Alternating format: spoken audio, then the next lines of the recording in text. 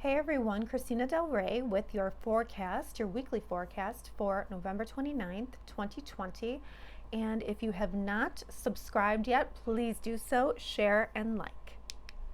We are having a lunar eclipse in Gemini at 8 degrees. And this week is all about the eclipse. So we're going to dive into this and see how this is going to affect your sign. But first of all, what is an eclipse? An eclipse is a turning point. It's a point of crisis, and it doesn't have to mean that it's bad. It's just a crisis that pushes you in a certain direction. These things aren't good or bad. They just change things, because we as humans, we tend to stay stuck in a place unless we are pushed, and it often takes a crisis for us to be pushed into the right direction.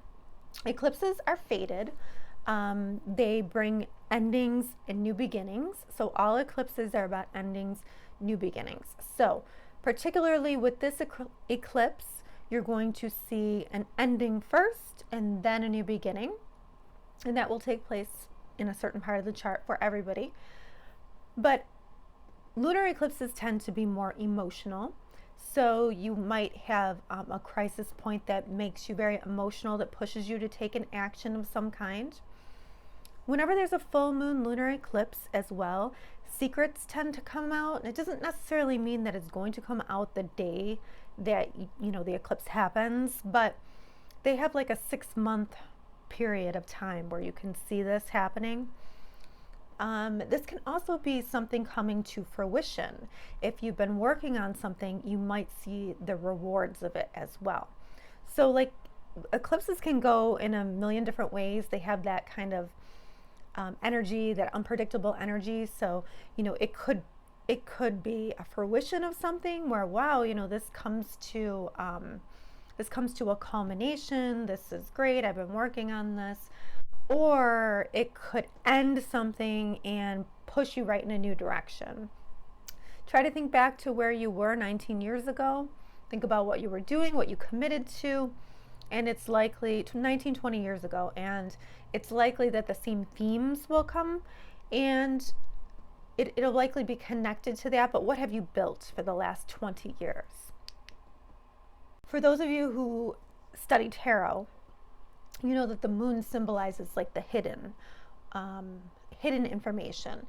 So in a lunar eclipse, when the moon can't reflect the sun, it goes dark, and then for a minute or so, and then then it's able to shine the light again.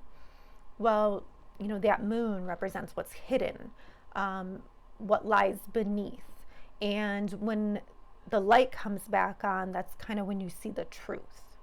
Okay, so let's see what this means for each of your signs.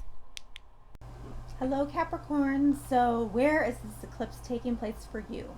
Well, this is taking place in your 6th house of work. It is also daily habits. It's your health and also your pets too. So this could be a bunch of things. This is a high point or an emotional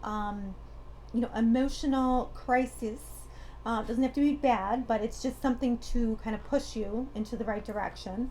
So this can be a habit that you can break. Now, like you're finally ready to end this bad habit that you have.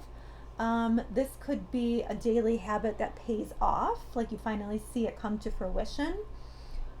This could be you getting a message about a health test that you were waiting for, or some kind of test result, coming to an end of a health crisis that you had, or maybe you're just figuring out how to manage it, but there's some kind of news perhaps that's delivered here. This also could be an ending in the way that you are in your work environment. So there could be like a change there of some kind, or it could be like a change where like something comes to fruition. But it is likely, related to these things. Could also be something that has to do with your pet too, because pets are here. So take that as you will.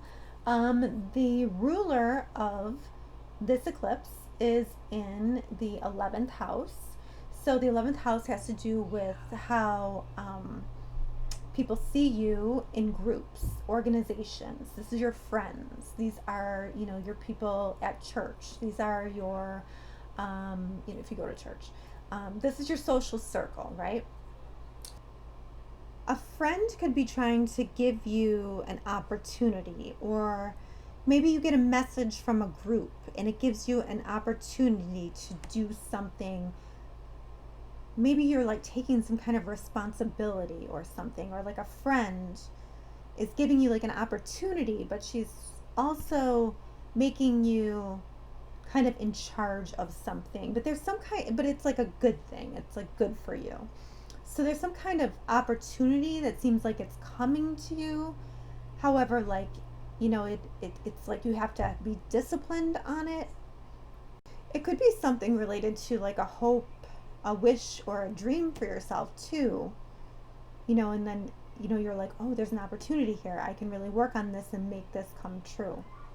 At the end of the week on Saturday, we also have Venus trining Neptune. So Venus is in that same part of the sky, that part of the sky of your friends and social circle and hopes, wishes, and dreams.